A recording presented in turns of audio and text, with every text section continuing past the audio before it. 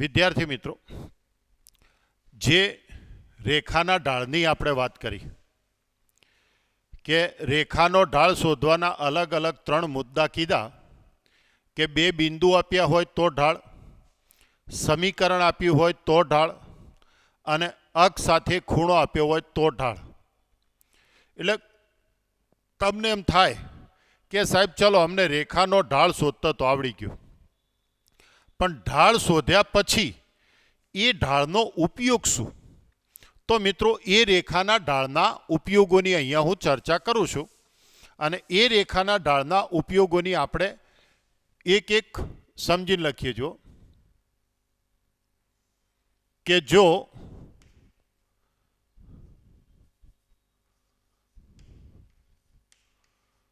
બંને રેખાઓના ઢાળ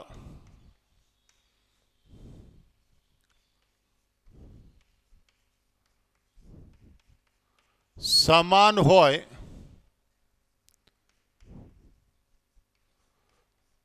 તો અને તો જ બંને રેખાઓ સમાંતર થાય. આ શાબ્દિક લખાણ લખ્યો મિત્રો.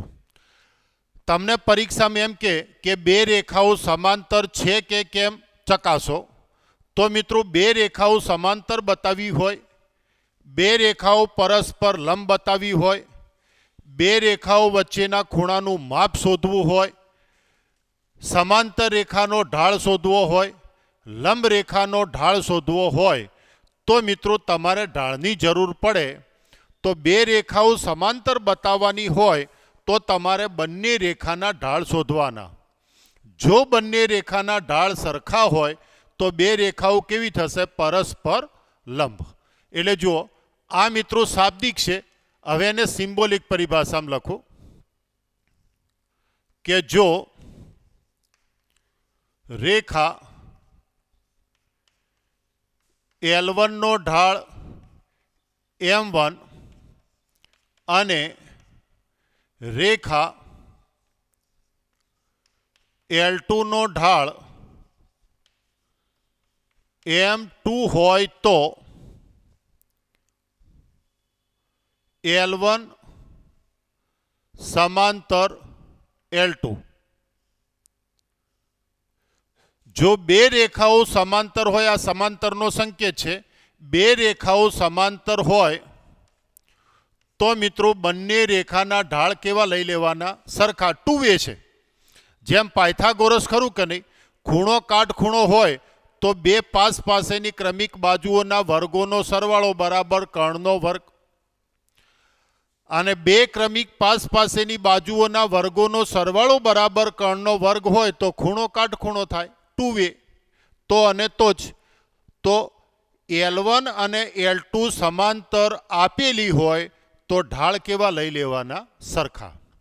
અને ઢાળ સરખા હોય તો રેખાઓ કેવી થાય? સમાંતર. સમાંતર આપેલી હોય તો ઢાળ સરખા, સમાંતર સાબિત કરવી હોય તો ઢાળ શોધવાના, અને બંને ઢાળ સરખા થાય તો રેખાઓ સમાંતર થાય. આ પહેલો મુદ્દો. બીજો ઉપયોગ, જો બંને રેખાઓના ઢાળનો ગુણાકાર -1 હોય તો અને તો જ બે રેખાઓ પરસ્પર લંબ થાય. આ શાબ્દિક લખ્યું. હવે સિમ્બોલિક જુઓ મિત્રો. જો રેખા L1 નો ઢાળ M1 અને રેખા L2 નો ઢાળ M2 હોય તો L1 લંબ L2, તો M1 ગુણ્યા M2 બરાબર -1. ઢાળનો ગુણાકાર -1 થાય તો મિત્રો બે રેખાઓ પરસ્પર લંબ થાય. તમને પરીક્ષામાં એમ કે બે રેખાઓ લંબ છે તેમ સાબિત કરો તો બંનેના ઢાળ શોધવાના અને બંનેના ઢાળનો ગુણાકાર -1 થાય તો રેખાઓ લંબ થાય. આ બીજો.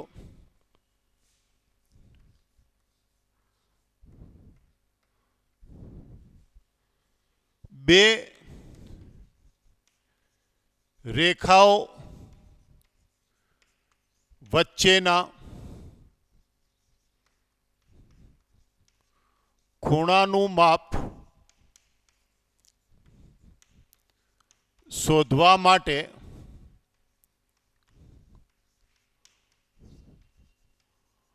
ઢાળનો ઉપયોગ થાય છે. આ મિત્રો 12મા ધોરણનું ચેપ્ટર નંબર 6 સ્વાધ્યાય નંબર 6.3 આના આ સેમ મુદ્દા આપણે ફરી રિપીટ કરીશું. અહીંયા રેખા શબ્દ આવે છે, ત્યો સ્પર્શક શબ્દ આવે છે, અભિલંબ શબ્દ આવે છે. મેથડ સેમ આની યાદ મિત્રો, કોઈ ફરક નથી. અહીંયા રેખા શબ્દ વાપરીશું, ત્યો સ્પર્શક શબ્દ વાપરીશું. હવે આમાં બે ભાગ. જો બંને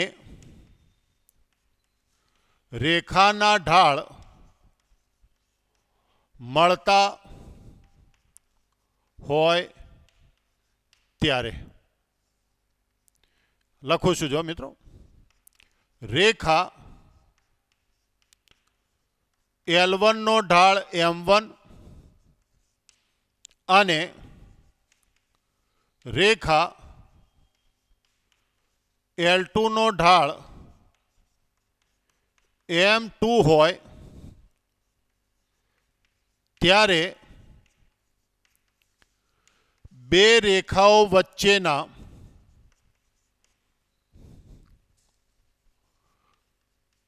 ખૂણાનું માપ. મિત્રો આ સૂત્ર યાદ રાખજો અને આ સૂત્ર ઉપર આધારિત બધા દાખલા આપણે નહીં ગણી શકીએ, કારણ ત્રિકોણમિતિ આપણી બાકી છે. તો આ સૂત્ર આવું છે: M1 minus M2 1 plus M1 M2. બે રેખાઓનો ઢાળ શોધવાનું હોય તો મિત્રો બે રેખાઓ રેખાના ઢાળ આપેલા હોય તો રેખાના ઢાળ પરથી બે રેખાઓ તમે સમાંતર સાબિત કરી શકો. રેખાના ઢાળ પરથી બે રેખાઓ તમે પરસ્પર લંબ સાબિત કરી શકો. રેખાના ઢાળથી તમે બે રેખાઓ વચ્ચેના ખૂણાનું માપ શોધી શકો. તો હવે મિત્રો આમાં હું તમને એક વ્યાખ્યા લખાવું છું, તમે જોજો. બે રેખાઓ વચ્ચેના ખૂણાના માપની વ્યાખ્યા આવી છે કે પરસ્પર લંબ ન હોય તેવી બે રેખાઓના પરસ્પર છેદવાથી બનતા ચાર ખૂણાઓ પૈકી એકરૂપ લઘુકોણના માપને બે રેખાઓ વચ્ચેના ખૂણાનું માપ કહે છે. મિત્રો સમજવા માટે આ એક ચર્ચા સમજો કે બે રેખાઓ વચ્ચેનો ખૂણો, તો બે રેખા વચ્ચેના ખૂણાની એક્ઝેક્ટ વ્યાખ્યા આવી છે મિત્રો. હવે કોઈ કે સાહેબ પરસ્પર લંબ કેમ ના લીધી, તો મિત્રો એમાં તો કોઈ જરૂર ના પડે. જો તમે સમજતા રહેજો મિત્રો. આ બે રેખાઓ પરસ્પર કેવી લંબ. હવે મિત્રો પરસ્પર લંબ હોય તો આ બે રેખાઓ વચ્ચેનો ખૂણો કેટલો થઈ ગયો મિત્રો? 90. તો બે રેખાઓ પરસ્પર લંબ હોય તો ખૂણો 90 થાય અને ખૂણો મળી ગયો તો પછી આપણે ખૂણાના સૂત્રની કોઈ જરૂર પડે નહીં. એટલા માટે આપણે આમ કીધું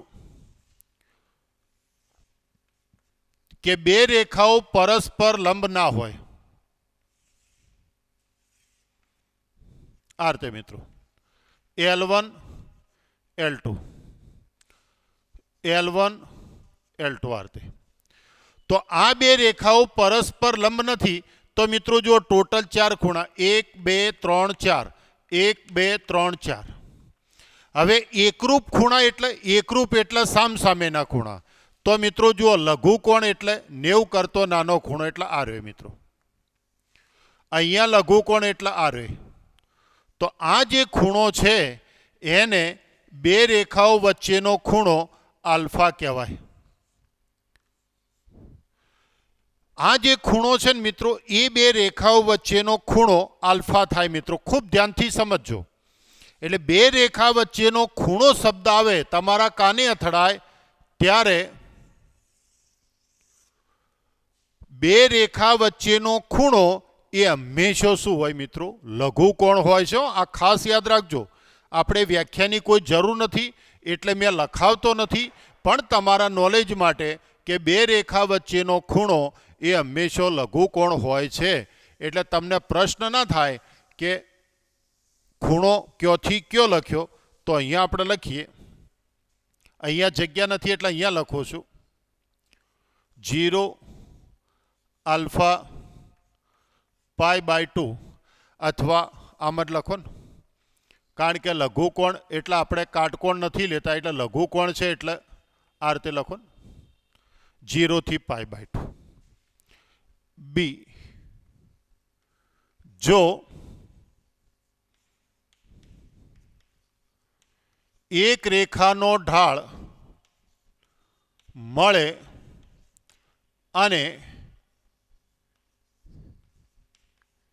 બીજી રેખાનો ઢાળ ન મળે ત્યારે. જો તારે જો મિત્રો અહીંયા આપણે શબ્દ શું વાપર્યો કે બંનેના ઢાળ મળે.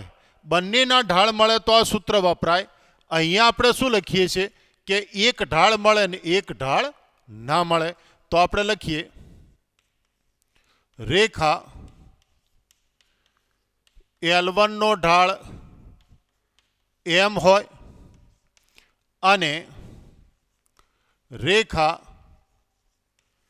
L2 નો ઢાળ ન મળે ત્યારે બે રેખાઓ વચ્ચેના ખૂણાનું માપ. તો એનું સૂત્ર આવું છે મિત્રો કે tan આલ્ફા બરાબર -1/m. આ યાદ રાખજો મિત્રો કે બે રેખા હોય બંનેના ઢાળ મળે તો m1 m2 વાળું સૂત્ર વપરાય. એક ઢાળ મળે એક ઢાળ ના મળે તો એક ઢાળ મળે ને એક ના મળે તો 1/m વાળું સૂત્ર વપરાય. હવે મિત્રો કોઈ વિચારતો હોય એના આવો પ્રશ્ન થાય કે સાહેબ બંને ઢાળ ના મળે તો. અહીંયા બંને મળ્યા, અહીંયા એક મળ્યો એક ના મળ્યો. હવે તમને પ્રશ્ન થાય કે સાહેબ બંને ઢાળ ના મળે એવો મુદ્દો કેમ ના લખ્યો? તો મિત્રો એ મુદ્દો ના આવે. તો મને કહી શકો મિત્રો કે બંને ઢાળ ના મળે તો કેમ ખૂણો ના શોધી શકાય? બોલો મિત્રો. હવે તો જો મિત્રો સમજો, આપણે એમ કહીએ કે રેખાનો ઢાળ ન મળે. તો હાલ મેં તમને મુદ્દો ઉપર સમજાયો કે કઈ રેખાનો ઢાળ 0 થાય અને કઈ રેખાનો ઢાળ ના મળે. તો મિત્રો આડી એટલે સમક્ષિતિજ. તો સમક્ષિતિજ રેખાનો ઢાળ હંમેશા 0 થાય. આ મગજમાં સેટ કરી દો. સમક્ષિતિજ રેખાનો ઢાળ હંમેશા 0 અને ઊભી રેખા એટલે શિરોલંબ. તો શિરોલંબ રેખાનો ઢાળ મળે ના. તો હવે તમે સમજો કે આ પહેલી રેખા છે, પહેલી રેખાનો ઢાળ મળે છે ના. તો એ રેખા કેવી? શિરોલંબ. આ મારો હાથ એ બીજી રેખા, બીજી રેખાનો ઢાળ મળે છે ના. તો એ રેખા પણ કેવી? શિરોલંબ. હવે બંનેના ઢાળ મળે છે? ના. તો બંને રેખાઓ કેવી? શિરોલંબ. અને મિત્રો બે રેખાઓ શિરોલંબ હોય તો એ બે રેખાઓ એકબીજાને કેવી થાય? સમાંતર. અને બે રેખાઓ એકબીજાને સમાંતર હોય તો સમાંતર રેખાઓ ક્યારે એકબીજાને છેદે? આ દિવાલને ગમે તેટલી ઊંચી લંબાવો, આ દિવાલને ગમે તેટલી ઊંચી લંબાવો, આ બે દિવાલો ક્યારે એકબીજાને સાથે ભેગી થશે? તો ના થાય મિત્રો. તો આ બે રેખાઓ સમાંતર છે અને સમાંતર રેખાઓ ક્યારે એકબીજાને છેદે? ના. મિત્રો રેખાઓ એકબીજાને છેદે તો ખૂણો બને, પણ રેખાઓ એકબીજાને છેદતી જ ના હોય તો ખૂણાનો કોઈ પ્રશ્ન આવે નહીં. એટલે કોઈ એમ ના કે સાહેબ એકનો ઢાળ મળે એકનો ઢાળ ના મળે તો શું? તો મિત્રો એ વિકલ્પની આપણે કોઈ જરૂર ના પડે. હવે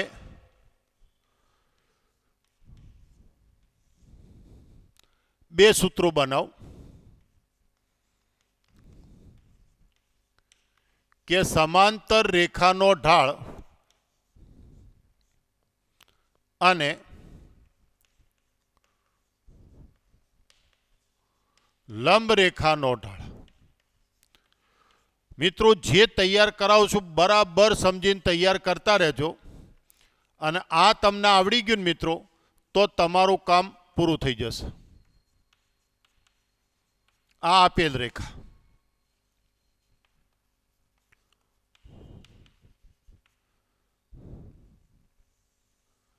આ સમાંતર રેખા અને આ લંબ રેખા. જોતા રહેજો મિત્રો. હવે આ જે રેખા તમને આપેલી છે એ રેખાના ઢાળને ધારો કે હું M1 કહું અને સમાંતર રેખાના ઢાળને અથવા લંબ રેખાના ઢાળને હું નામ આપું M2. જોજો મિત્રો, આપણે એક ગુજરાતીમાં સૂત્ર બનાવવું છે.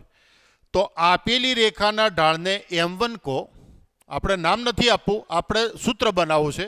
અને સમાંતર અથવા લંબ રેખાના ઢાળને તમે શું કહો? M2. તો હવે જુઓ મિત્રો, બે રેખાઓ સમાંતર હોય તો હાલ આપણે સૂત્ર શું લખ્યું? M1 બરાબર M2. બે રેખાઓ સમાંતર હોય તો ઢાળ સરખા થાય કે ના થાય? તો મિત્રો M1 એટલે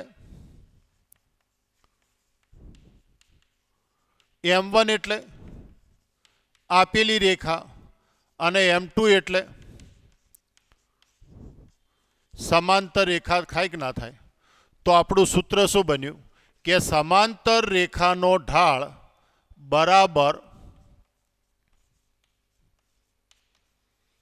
આપેલ રેખાનો ઢાળ. સમાંતર રેખાનો ઢાળ અને આપેલી રેખાનો ઢાળ એક કાયમી માટે સરખા થશે. આ એક સૂત્ર બનાવી દેજો. હવે જુઓ મિત્રો, બે રેખાઓ લંબ હોય તો M1 ગુણ્યા M2 શું થાય? -1. M1 એટલે આપેલી રેખાનો ઢાળ, M2 એટલે લંબ રેખાનો ઢાળ બરાબર શું થયું? -1. તો માટે લંબ રેખાનો ઢાળ શું થાય મિત્રો? -1 સામે છેદમાં જાય એટલે આપેલ રેખાનો ઢાળ. તો આ બીજું સૂત્ર બન્યું કે -1 અપોન આપેલ રેખાનો ઢાળ. તો આ એક મિત્રો ખૂબ અગત્યનો મુદ્દો છે. એટલે નોંધ કરીને આપણે કોઈ જગ્યાએ જરૂર પડે એટલા માટે આપણે આ સૂત્ર બનાવીને લખી દઈએ છીએ કે સમાંતર રેખાનો ઢાળ શોધવો હોય, આપેલી રેખાનો ઢાળ શોધવો હોય તો સમાંતર અને આપેલી રેખાનો ઢાળ એનું સૂત્ર શું છે? તો એ મિત્રો તમે સમજી અને લખી નાખો. તો મિત્રો હવે જુઓ કે આપણે રેખાના ઢાળની અને રેખાના ઢાળના ઉપયોગની ચર્ચા કરી. હવે નવો મુદ્દો લઈએ.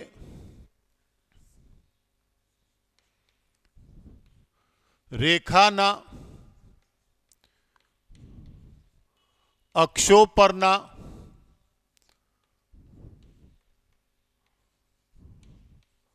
અંતખંડ. જોજો મિત્રો, હવે આપણે નવા મુદ્દા ઉપર જઈએ. તમે સમજો મિત્રો કે આ એક્સ અક્ષ, આ વાય અક્ષ અને આ તમારી કોઈ રેખા છે.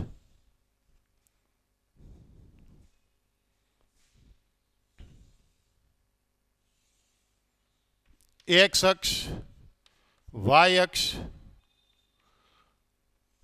આ તમારી કોઈ રેખા છે.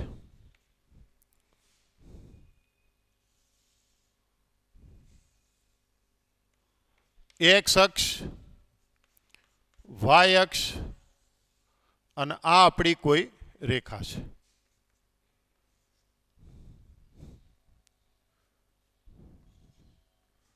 આ રીતે મિત્રો. તો હવે જુઓ, ઊભી રેખા, આડી રેખા, છેદતી રેખા, આ ત્રણ પ્રકાર હોય. હવે શબ્દ જો મિત્રો, રેખાના અક્ષો પરના અંતઃખંડ. અંતઃ એટલે અંદર, ખંડ એટલે ભાગ. તો રેખાના અંદરના ભાગની વાત છે. તો આ મિત્રો રેખા ખરી કે નહીં? તો આ એનો અંદરનો ભાગ થયો. આ રેખા છે તો આ એનો અંદરનો ભાગ થયો મિત્રો. આ રેખા છે તો આ એનો અંદરનો ભાગે કહેવાય, આ એનો અંદરનો ભાગ કહેવાય. હવે એક્સ અક્ષ ઉપર જે અંતખંડ છે એને આપણે એક્સ અંતખંડ કહીએ અને આને આપણે વાય અંતખંડ કહીએ. એક્સ અંતખંડ, વાય અંતખંડ. તો હવે જો મિત્રો, પહેલા હું સૂત્ર લખી દઉં કે રેખા એ x plus B Y plus C બરાબર 0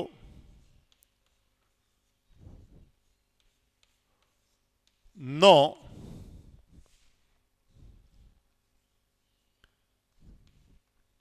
આ સૂત્રાલ યાદ રાખજો.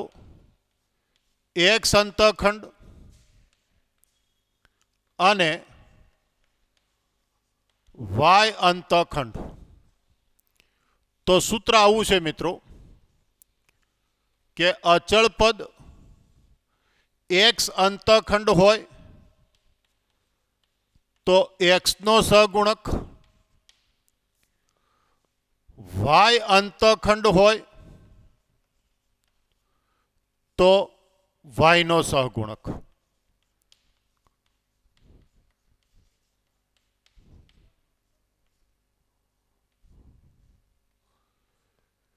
મિત્રો જો ચિહ્નો સાથે, આ અચળ પદ તો સી, આ એક્સ નો સહગુણક એ, અચળ પદ સી, આ એક્સ નો સહગુણક બી.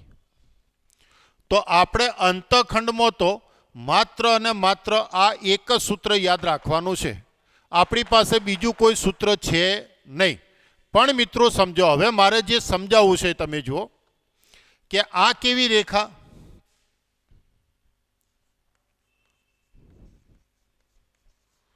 સમક્ષિતિજ. આ કેવી રેખા? શિરોલંબ. તો હવે તમે સમજો મિત્રો કે હવે હું તમને એક પ્રશ્ન પૂછું છું કે રેખાનો અંતખંડ ક્યારે મળે? આ જે અંતખંડ છે મિત્રો, એ અંતખંડ, ચલો તમે મને કહી શકો કે રેખાનો અંતખંડ આપણને ક્યારે મળે?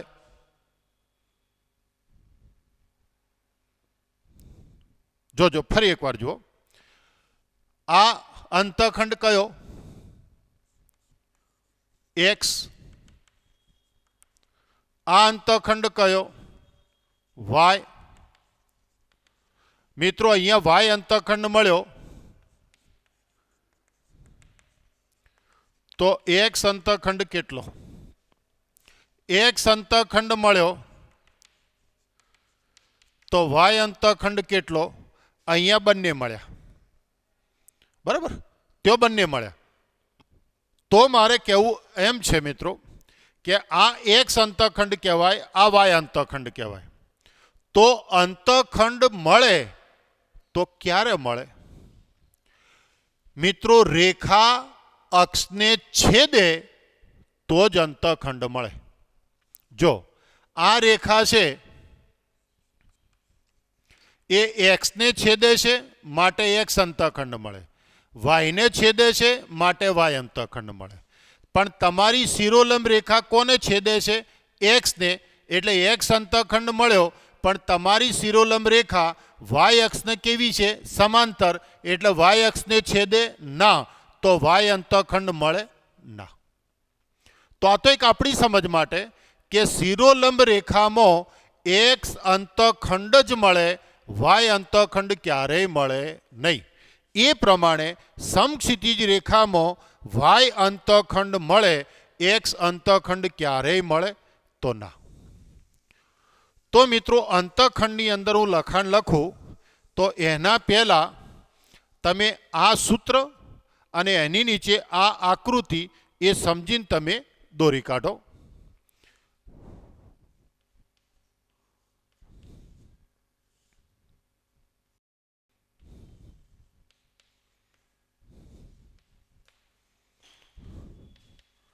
શિરોલંબ રેખાનો એક્સ અંતખંડ મળે જ્યારે વાય અંતખંડ શક્ય નથી. આ સમજવા માટે છે મિત્રો. 2,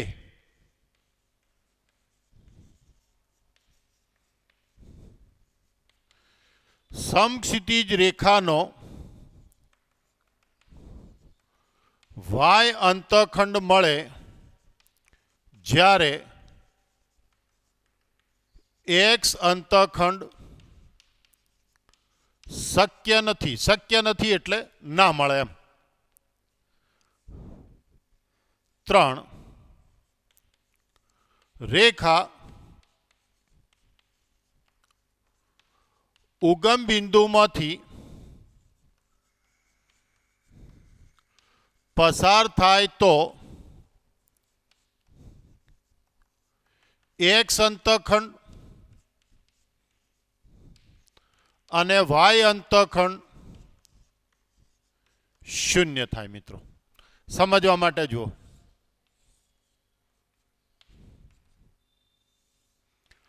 આ રેખા ઉગમ બિંદુમાંથી પસાર થઈ કે ના થઈ મિત્રો? તો અહીંયા આમ કહો તો એક્સ અંતખંડ, જો મિત્રો રેખા એક્સ અક્ષને છેદે છે, રેખા વાય અક્ષને છેદે છે, પણ અંતખંડ શું થઈ ગયો? તમે જે આ અંતખંડ કીધો આ રે એ 0 થઈ ગયો, આ કીધો એ પણ 0 થયો. તો રેખા ઉગમ બિંદુમાંથી પસાર થાય તો એક્સ અને વાય અંતખંડનું મૂલ્ય એ શૂન્ય થાય. અને 4, જો રેખા અક્ષોને છેદે ત્યારે જ રેખાના અક્ષો પરના અંતખંડ મળે. આ એની પ્રાથમિક શરત થઈ મિત્રો કે રેખા અક્ષોને છેદે તો જ રેખાના અક્ષો પર અંતખંડો આપણને મળે. એ સિવાય રેખાના અક્ષો પરના અંતખંડ આપણને મળી શકે નહીં. તો આ એક વાત થઈ મિત્રો અંતખંડની. અને નવો મુદ્દો લઉં.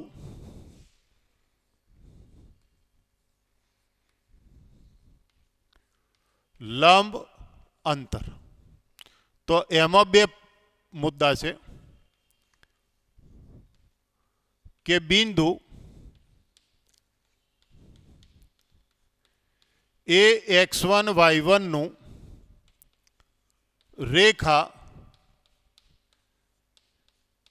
C બરાબર 0, પેલી શરત લખો સમજવા માટે, થી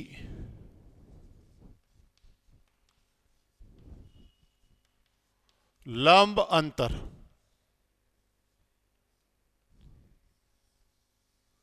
આ એક સૂત્ર છે. અને બીજું અથવા અહીંયા હું આમ લખું મિત્રો, બે ભાગ પાડો. પહેલો બિંદુનું એક રેખાથી લંબ અંતર આવે તો આપણે લખીએ કે બિંદુ એ x1 y1 નું રેખા થી લંબ અંતર P બરાબર. અને બીજું સૂત્ર લખું, બે સમાંતર રેખાઓ વચ્ચેનું લંબ અંતર. મિત્રો અહીંયા શું ટુકડા બધા મિક્સ કરીને લખું છું એટલે થોડું મારે લખાણમાં આગા પાછું થશે. અને પછી મિત્રો મારે છેલ્લે રેખાના સમીકરણ લખાવું એટલે આપણું કામ પૂરું. બે સમાંતર રેખાઓ એ x પ્લસ બીવાય પ્લસ સી બરાબર 0 અને એ x પ્લસ બીવાય પ્લસ સી બરાબર 0 વચ્ચેનું લંબ અંતર P બરાબર. મિત્રો જો લંબ અંતરની વાત આવે ને, લંબ અંતર, તો મિત્રો 11મું ધોરણ 12મું ધોરણ લંબ અંતરની વાત આવે તો લંબ અંતરમાં બે જ મુદ્દા છે, એક બિંદુનું રેખાથી અને બે સમાંતર રેખાઓ વચ્ચેનું લંબ અંતર. કારણ જુઓ,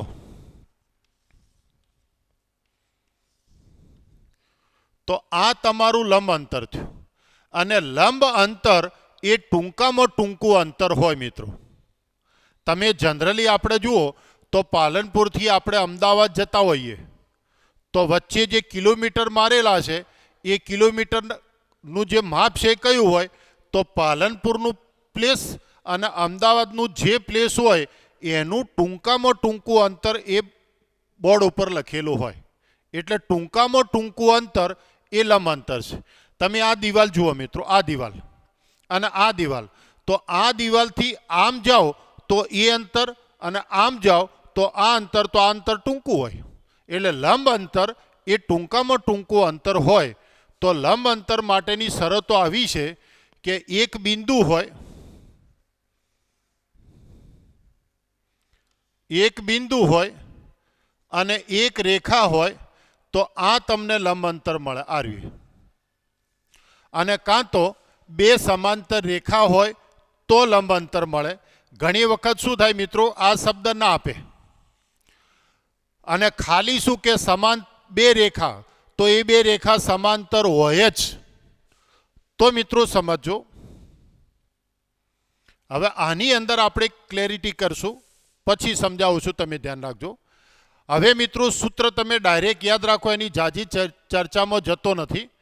તમારું જે બિંદુ હોય ને મિત્રો, એ બિંદુને રેખાના સમીકરણમાં મૂકી દો. જે બિંદુ હોય એને તમે રેખાના સમીકરણમાં મૂકો મિત્રો. તો સમીકરણમાં કઈ રીતે મૂકવાનું? તો મિત્રો બિંદુમાં પહેલી કિંમત એ કોની? એક્સ, અને બીજી કિંમત એ કોની? વાય. તો મૂકો. આ કોની જગ્યાએ મૂકો? એક્સની જગ્યાએ x1 અને વાયની જગ્યાએ y1. તો શું સમીકરણ થયું? એ x1 બી y1 પ્લસ સી. આ યાદ રાખો મિત્રો. સૌ પ્રથમ આપેલા બિંદુને રેખાના સમીકરણમાં મૂકો. પહેલી કિંમત એક્સની જગ્યાએ, બીજી કિંમત વાયની જગ્યાએ. અને મિત્રો લંબ અંતર એટલે અંતર, અને અંતર હંમેશા શું હોય? ધન. એટલે શું લેવાનો? માનક. આ અંશ અને છેદમાં એક્સના સહગુણકનો વર્ગ પ્લસ વાયના સહગુણકના વર્ગોના સરવાળાનું વર્ગમૂળ. આ એક જ નિયમ મિત્રો, જોતા રહેજો. એ મિત્રો બે સમાંતર રેખા વચ્ચેનું લંબ અંતર હોય કે બિંદુનું રેખાથી લંબ અંતર હોય, બિંદુનું રેખાથી લંબ અંતર હોય, બે સમાંતર રેખા વચ્ચેનું લંબ અંતર હોય, છેદ તો હંમેશા એક જ મિત્રો.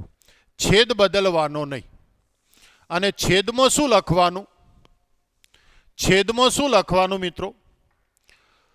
તો એક્સના સહગુણકનો વર્ગ પ્લસ વાયના સહગુણકનો વર્ગ.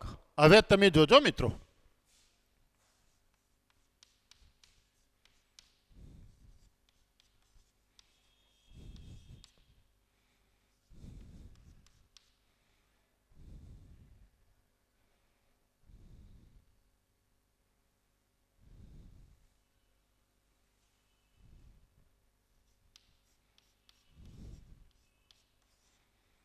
આ બે રેખાઓ તમને આપેલી છે મિત્રો.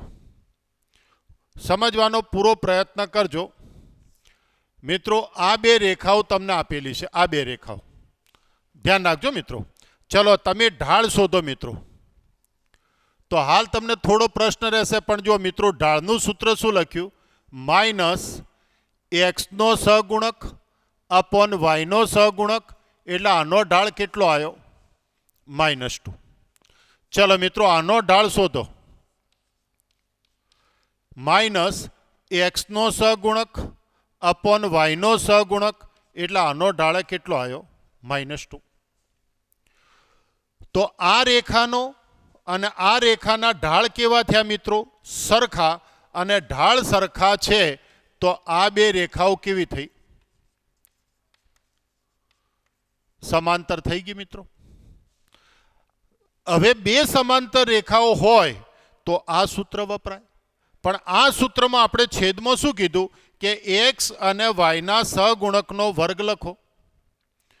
તો મિત્રો અહીંયા એક્સ અને વાયના સહગુણકનો એક્સનો સહગુણક 2, વાયનો સહગુણક 1 છે. અહીંયા 4 અને 2 છે એટલે અલગ અલગ છે. તો અહીંયા શું લખું છું જો મિત્રો?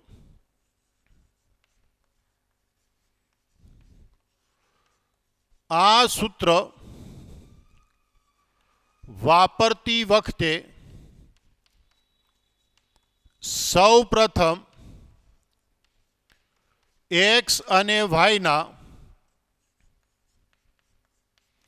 સહગુણક સમાન બનાવવા પડે. કાયમી યાદ રાખજો મિત્રો. જ્યારે જ્યારે સમાંતર રેખા વચ્ચેનું લંબ અંતરનું સૂત્ર વાપરો એટલે જુઓ મિત્રો, એક્સ અને વાયના સહગુણકો સરખા હોય તો જ આ લખાય ને. તો હવે આ સહગુણકો સરખા બનાવવા હોય તો સરખા બનાવવાના બે રસ્તા, એકને ગુણજો અથવા એકને ભાગજો. જો અર્થે 2x + y + 3. ચલો મિત્રો આને 2 વડે ભાગો. તો 2x 2 વડે ભાગો, y 2 વડે ભાગો, 2 0. આ એક. અથવા આ રેખા રાખો. ચલો 2 વડે ગુણો, 4x 2 વડે ગુણો 2y, 2 વડે ગુણો 6. તો જોઈ લો મિત્રો, આ સહગુણક સરખા થઈ ગયા. x અને y ના સહગુણક સરખા બનાવો તો જો અહીંયા સરખા થઈ ગયા ને અહીંયા સરખા થઈ ગયા. કોઈ કે સાહેબ અમારે કઈ રીત વાપરવાની? તો મિત્રો પહેલી રીત વાપરો, બીજી રીત વાપરો, એમાં તમારી મરજી. પણ તમારે શું કરવાનું? એક રેખાને ગુણવાના અથવા એક રેખાને ભાગવાના અને બંનેના સહગુણકો શું બનાવવાના? સરખા. અને એ બંનેના સહગુણકો સરખા બને પછી જ તમારા સૂત્ર વાપરવાનું. હવે જો મિત્રો, આ તો સરખા, પણ અહીંયા સી છે તો અહીંયા શું લઉં? C dash. એ આના પછી મુદ્દો આવશે, એમાં હું સમજાવી દઈશ. એટલે જો આ બે રેખાઓ તો તમારે ગોખવાની છે નહીં, કારણ કે એ તો રકમમાં તમને આપેલી હોય. તો હવે તમારે શું કરવાનું? તો અહીંયા જેમ બિંદુને રેખાના સમીકરણમાં મૂક્યા એમ અહીંયા જુઓ મિત્રો, આ બે તો કેવા? સરખા. તો આના અચળ પદમાંથી આનું અચળ પદ અંશમાં બાદ કરો. પહેલી રેખાનું અચળ પદ માઇનસ બીજી રેખાનું અચળ પદ અને એનો શું લઈ લો? માનક. એ રીતે તમે લખાણ લખો. પહેલી રેખાના અચળ પદમાંથી બીજી રેખાનું અચળ પદ શું કરો? બાદ.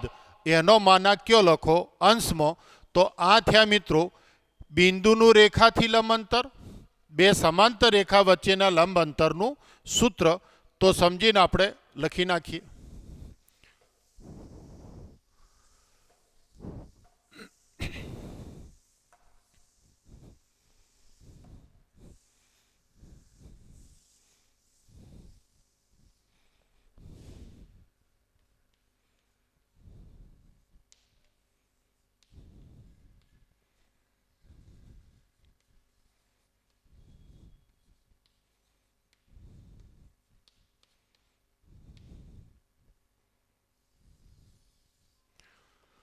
તો હવે મિત્રો આ ચેપ્ટરનો હાર્ટ ગણો, આનું હૃદય ગણો, એ મિત્રો હવે આપણે લઈએ છીએ.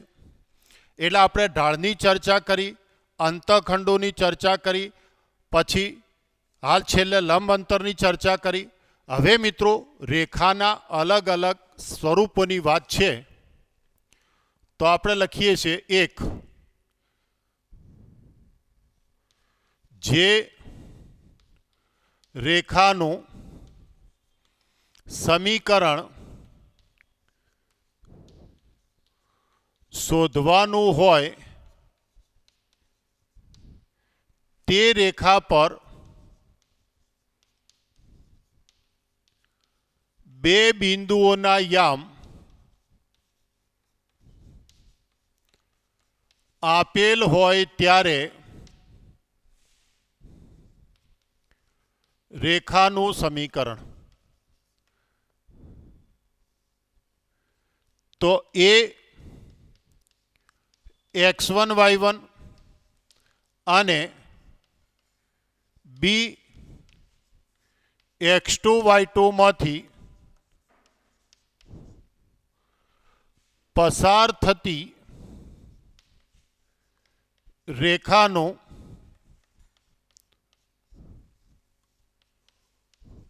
કાર્તેજીય અથવા સમમિત સમીકરણ. જોતા રહેજો મિત્રો. તમને પરીક્ષામાં મોટા ભાગે જે દાખલા તમને ગૂંચવશે મિત્રો, એ આ દાખલા ગૂંચવશે. કે શું શોધવાનું હોય? રેખાનું સમીકરણ. તો પહેલો પ્રશ્ન પૂછો કે તમારે જે રેખાનું સમીકરણ શોધવાનું હોય એ રેખા પર બે બિંદુના યામ આપેલા છે. તો આ રીતે મિત્રો, એ x1 y1 અને બી x2 y2 અને આ તમારી રેખા. તો હવે મિત્રો જુઓ, શબ્દ કયો આવ્યો? સમીકરણ. મિત્રો સમીકરણ શબ્દ આવે એટલે ચલ બિંદુ આવે આવે આવે જ, ગમે ત્યારે. આના પછી આપણે વર્તુળ, પરવલય, ઉપવલય, અતિવલય, લંબાતી વલય શરૂ કરીશું. તોય મિત્રો ચલ બિંદુ આવે તો મિત્રો એટલે ત્રીજું બિંદુ કયું આવે? ચલ બિંદુ એટલે એક્સ વાય. એટલે બે બિંદુ તો ઓલરેડી આપેલા છે અને ત્રીજું બિંદુ શું થયું? ચલ બિંદુ. તો મિત્રો આ ત્રણ બિંદુ છે એ એક જ રેખા ઉપર હોવાથી કેવા થઈ ગયા? સમરેખ થયા ને મિત્રો. અને ત્રણ બિંદુ સમરેખ હોય તો મિત્રો આપણે શરત શું લખી? તો પહેલું ચલ બિંદુ એક્સ વાય સમીકરણ કે ને એટલે પહેલું ચલ બિંદુ, પછી એના યામ, પછી બીના યામ અને ત્રીજો સ્તંભ શું લઈ લો? 1 1 1 બરાબર શું લખી નાખો? 0. એટલે જો રેખા ઉપર તમને બે બિંદુના યામ આપેલા હોય તો રેખાનું સમીકરણ એ કાર્તિજીય સમીકરણે કહે છે, સમિત સમીકરણે કહે છે, અથવા ખાલી રેખાનું સમીકરણ એ તમારું સમીકરણ નંબર 1. તો મિત્રો જુઓ, અહીંયા સુધી આપણે હાલ ચર્ચા અધૂરી છોડીએ છીએ. આના જે બાકીના સમીકરણો છે એ ઢાળ, અંતઃખંડ, એને લગતા જે સૂત્રો છે એની ચર્ચા કાલે પૂરી કરી અને પછી મિત્રો આપણે સ્વાધ્યાયના દાખલા ગણવાની શરૂઆત કરી દઈશું મિત્રો.